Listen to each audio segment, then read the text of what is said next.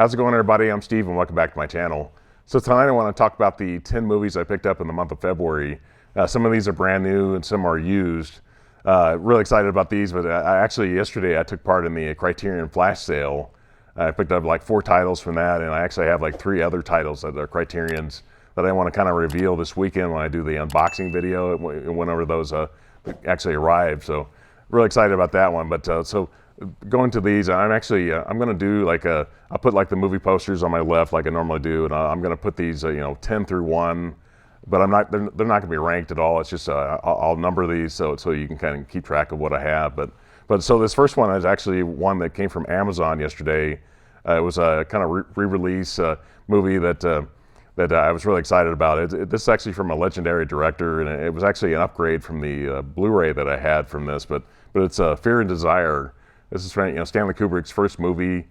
For a long time, this movie was lost. I think it was like 2012 that the Kino Lorber, who produced this again, but they released like the one that was like from the Library of Congress, and that movie was actually the Blu-ray was actually one where they had like some special features. Like one was like the seafarers that they showed in the U.S., but when they released this in England, they actually had like 2 other short films that you can usually see like on like YouTube. One's called the Day of the Fight, and the other one's like the Flying Padre. And it's like I said, you can watch those on YouTube, but they didn't include those on the U.S. release. But now this is the 4K and Blu-ray release of it, and they actually included those short films on this, which is like, if you're a physical media fan and a fan of Stanley Kubrick, you want to get everything on physical media. And it's like that always disappointed me that they released those overseas but didn't release them here. So next up, this one was actually one I bought from the Exchange, which is the Exchange is like they sell mostly used movies and games and CDs and vinyl and that kind of stuff. Anybody that lives like in Ohio, that they know that the Exchange is like really big in that state. But in central Indiana, they only have like 2 locations, and I think they have some in Illinois. So, some states in the Midwest. But it's a great store, and I found this one, like I said, found it used. But it's The Fugitive. This Harrison Ford, Tommy Lee Jones. This is the one that I'm sure a lot of people, if they watch like the first 30 minutes of this, they might kind of get turned off on it, but because it's like they have a couple fantastical kind of stuff you can't really believe that happens really early, and then once you get past some of those scenes, like after about 30 minutes or so, it becomes this really great movie. Harrison Ford's really, really great in this. This is one I think he should have gotten an Oscar nomination for this. Tommy Lee Jones actually won an Oscar for his role in this. And then they did like a sequel called U.S. Marshals, which didn't have Harrison Ford in it, but Tommy Lee Jones and his FBI crew. I guess it's a U.S. Marshals crew came and it did that one. And I've never seen that one. It's Wesley Snipes is in that one.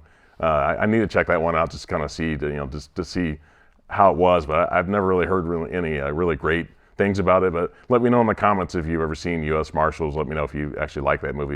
And let me know if you like this movie. I think some people really love this movie and some people don't necessarily. But it looks really great on 4K, and it's actually only on 4K. There's no Blu-ray with this. But I thought for the price I got it, and with like a store credit, I thought it was a no-brainer for me to pick this up. And so I'm really glad I upgraded it I had it on Blu-ray before. And I think I'm actually probably still going to keep the Blu-ray, because since this one doesn't come with a Blu-ray, it's just a 4K itself. But I love this movie, and I every time I watch it, I never get tired of it. It's just Harrison Ford is just fantastic in this movie. So this next one was actually one, if you did my digital code giveaway, you'll actually know this one. But it's Thanksgiving. This is from Eli Roth. I'm not a big fan of this director necessarily, but I actually do like Eli Roth quite a bit. Just I just don't like his style of horror necessarily, but this one's definitely an exception. I think he has another movie getting released this year called Borderlands, which looks really interesting. It has a great cast. I guess that's based on like a video game, which I've never played before. But so Eli Roth, I definitely like. Cabin Fever is pretty good. I'm just not a fan of like torture horror, like the Hostel and Hostel 2 necessarily. I've learned a lot about Eli Roth. I talked about this in my digital code giveaway, how he is a really interesting kind of person. He knows a lot about movies, and I was really surprised his knowledge of like Criterion types movies, stuff he learned in like film school. I thought I was really impressed what he knew, you know, just and he seems like a really nice guy too. I mean, just like if you watch Eli Roth's you know, History of Horror, if you ever watched that before, he's a great interviewer and he knows a lot about horror movies. So I really enjoy this movie. It definitely has a lot of comedy in it. It's just it's definitely like an old school kind of slasher movie. So anybody like in my age group, you know, definitely is going to like this kind of movie. So this next one was actually an upgrade from DVD. It's one I finally got a Blu-ray release, and this is definitely kind of a polarizing kind of group. But I've got Tenacious D and The Pick of Destiny. This is, you know, starring Jack Black and Kyle Gass. If you know the band Tenacious D, you know that they play live. They're kind of a comedy troupe. It's definitely not something to be taken seriously necessarily, even though they play the roles kind of seriously. But it's definitely stuff to get a laugh out of people. And I think Kyle Gass is really a great acoustic guitar player, and obviously Jack Black is an outstanding, you know, singer overall. So it's something watching this again was like definitely brought back memories from 2006. And Tenacious D were kind of popular in the late 90s. They started to kind of do some stuff on like HBO, and they were kind of attached to you know, Mr. Show, if you ever watched that on HBO. Okay, so the next one here is actually another one I bought from the exchange. This was used, one that's you don't see out in the wild very often, and it's one, if you go on eBay, I think you can put like a bid on this, and it's kind of a low price on eBay. But if you have to put a bid on it, so it's likely the price is going to keep going up and up. So, and I actually had a store credit for this as well. So I decided to finally get this because, like I said, I never see it out in the stores, and it's always really expensive online. So, but the movie is Sling Blade. This is, you know, Billy Bob Thornton, outstanding in this movie. Just what he does with his face, he does kind of this without any makeup or anything. He does this thing with his face and his chin that. Really great. He does this voice in the movie too. This is really kind of a dark art house movie. It's actually a very dark movie. If you ever watched Sling Blade, it goes places that are definitely not Hollywood necessarily. And Billy Bob Thornton actually won for best original screenplay for this. And you know, I thought he could have won best actor. I think he lost to Jeffrey Rush. But yeah, I think if he were better known at the time, which he had done a lot of like art house movies and stuff, but he wasn't a star yet. This is kind of what made him a star, and I think if people knew what he was, you know, normally like in real life, I think that it's possible he could have got an Oscar, but at least he did get an Oscar nomination. But I think he could have won, even though Jeffrey Rush is really a great actor. Obviously, if you ever seen The King's Speech, you know that guy can act quite a bit. Jeffrey Rush was kind of unknown at this time too, so you know it was nice that he at least got an Oscar for best original screenplay. So these last five, if you saw my Christopher Nolan, you know, the ranking video, you'll know a lot of these that I've kind of revealed before. But some of these were upgrades from DVD. Some of these actually only one of these is upgrade from a DVD that I actually haven't had in a long time, and the other four were ones that were just movies I had never had and I really wanted to buy.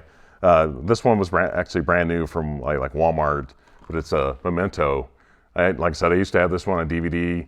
You know, for some reason, I never liked the packaging of the DVD, and I like the movie. This is like his second film, and Christopher Nolan. You can tell if you've ever seen his first film called Following on the Criterion Collection, you'll know that especially the first two movies, his editing is really chaotic, really kind of confusing, and kind of goes back and forth in time. It goes all over the place, and some people like that style at the time. Memento, when I watched this again, I liked it a lot more.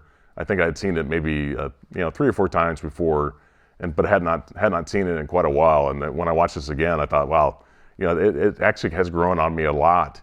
And I know a lot of people that they think this is probably Christopher Nolan's best film for a lot of people. One of his earliest films is like from 2000. You know, really good stuff. You know, Guy Pearce is really great in this movie. You know, so I definitely, if you haven't seen Memento, you definitely have to check this one out. And this next one was actually one I bought from the exchange as well. Brought it, you know, used, very low price. I think it was like $5, but it's the movie Dunkirk. And obviously this one has a 4K release, but when I saw the price, I thought, I was looking for Christopher Nolan's movies because I wanted to do my ranking video, so I wanted to have all 12 of his films so I can do that. And I just wanted to get the movies too. It's the fact that when he did Oppenheimer, I liked that movie so much that obviously the Dark Knight and the Batman trilogy, Dark Knight trilogy. I've always liked Christopher Nolan, but I thought I really want to get all 12 of his films so I can watch them. I had seen all of his movies before, but except for The Following, I'd seen everything else. But I didn't really own a lot of these movies except for Inception and the Batman movies. But so I wanted to get the rest of them, and so I can do a ranking video. But yeah, Dunkirk. This is one that I think the story is probably more interesting to British people.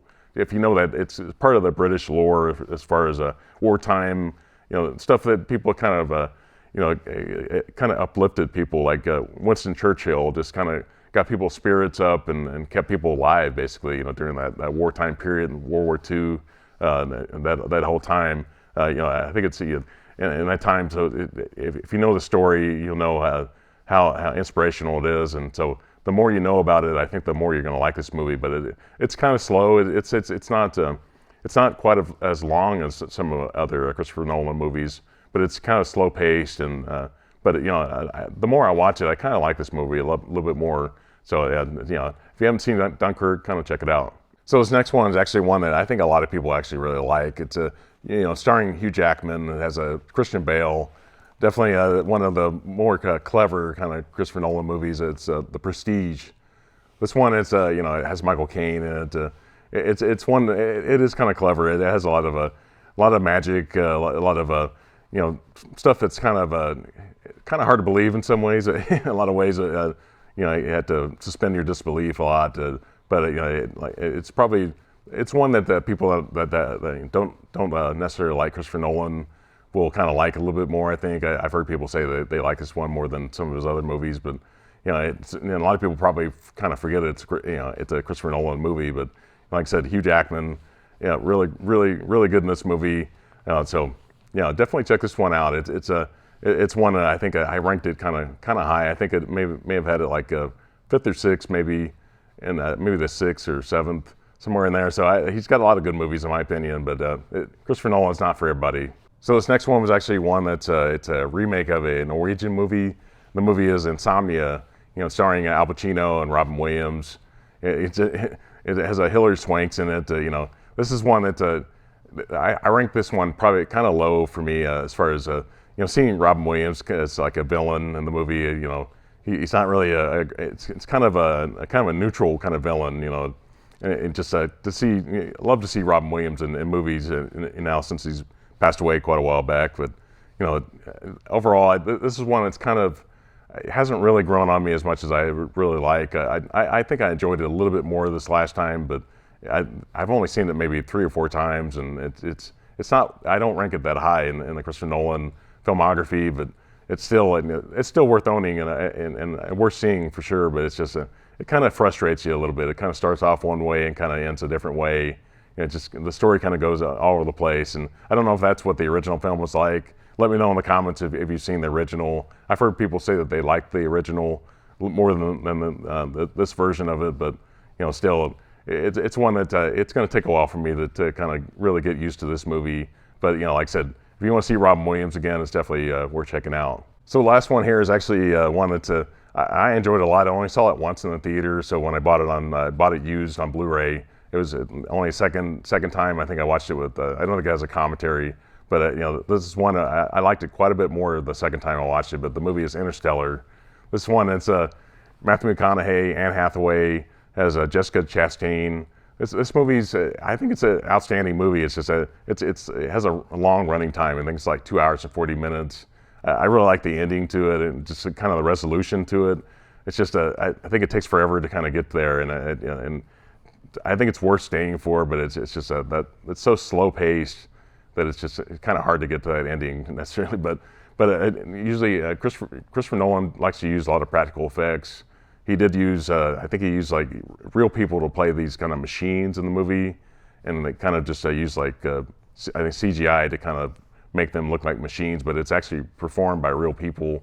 It's just that's kind of different for him. He likes to do everything practical. That's one thing I really like about Christopher Nolan's movies, that he does everything practical pretty much. like the stuff in Inception. He did, like the spinning room, like Stanley Kubrick did in 2001. That using that kind of old technique to kind of make it look real, but not using CGI. So he's definitely one that likes to do stuff practical. If you saw Oppenheimer, that movie had like $100 million budget. It looks like it's quite a bit more of a budget. So he can do stuff with practical effects and keep them under a low budget and bring back close to $1 billion for that movie. So thank you for watching tonight. I really appreciate people watching my videos. If you're new to my channel, please consider subscribing. Please put a thumbs up in the video. It definitely helps with the YouTube algorithm, helps my channel keep growing. It's been growing a lot here lately. Last night I was on Corey's channel, Wilkie's Movies and Music, and that was a lot of fun, talking about Batman '89. So my taste in movies definitely go all over the place, and Criterion and stuff I love. But I can do anything, like Hollywood related movies. It's just, if it's a good movie, it's a good movie. So that's how I am. But thanks everybody. Have a great night. Thank you. Bye.